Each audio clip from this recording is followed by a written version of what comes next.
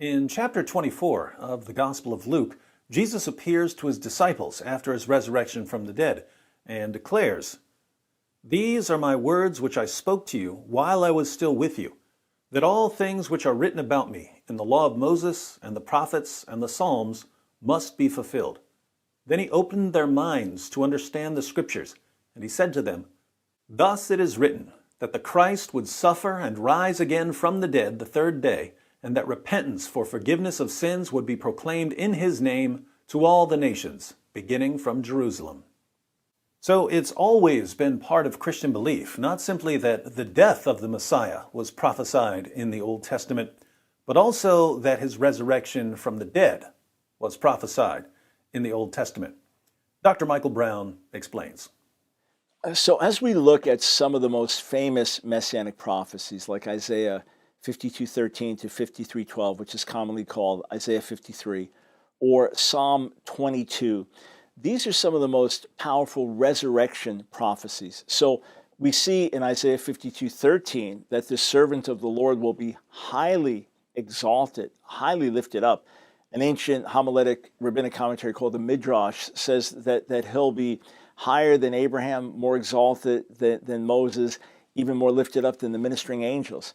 And yet first, he suffers terrible disfigurement, suffers actual death that we read of in Isaiah 53, and yet it says he will prolong his life. So how do you prolong your life after death? It is called resurrection. There's even an interesting passage that says he will see seed. Now, some say that means he'll have physical children. Actually, it's a unique expression that's found only there in the Hebrew Bible. But how do you see anything, offspring, posterity, after death? It's called resurrection. So it's speaking of a future seed, a future generation of Israel that he'll see, or his spiritual disciples. He will see that after death. And then in Psalm 22, the psalmist is delivered from the jaws of death. And it's interesting, the language there could well describe the language of crucifixion. And Psalm 22 was written before crucifixion existed as a death penalty. It was not known in ancient Israel at that time. And yet it describes the psalmist being publicly exposed and stretched out.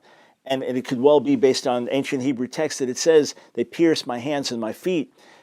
But we know for sure that he's in the situation apparently forsaken by God.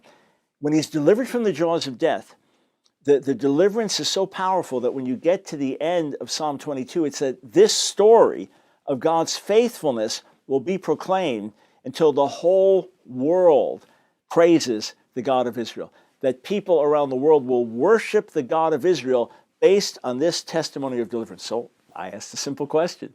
Which ancient Jew was delivered from the jaws of death, rose from the dead, and the testimony is such that it brings praises to God, the God of Israel, throughout the world? Only one possible candidate.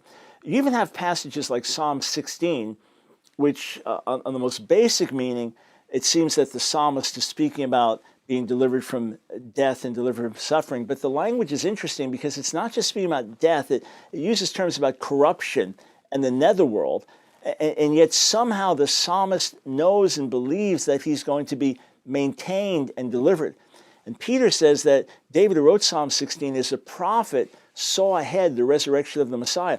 David may have been meditating on his own life and seen himself protected and delivered by God, but what he's actually seeing, and now he understands, he's actually seeing the resurrection of the Messiah. He's the one who is delivered from corruption. And interestingly, Rabbinic Judaism says that there are 7 people who were actually delivered from the corruption of the grave, David being one of them. So it's not speaking of a literal resurrection, but Peter in Acts 2 understands, that's what Psalm 16 is literally speaking about.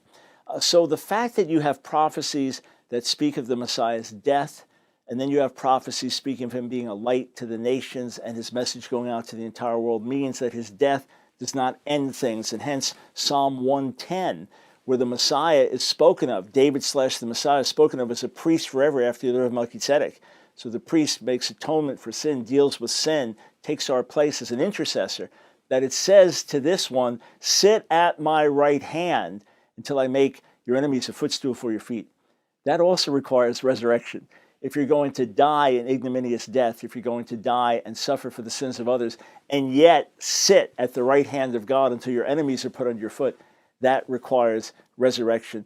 And it's interesting that out of all passages in the Hebrew Bible, the one that's most often quoted in the New Testament is Psalm 110, the Psalm of the resurrection and ascension. So, according to the law, the prophets, and the Psalms, the Messiah would suffer and die for the sins of the world, rise from the dead, and be a light to all nations. If that's not about Jesus, then the world just doesn't make sense.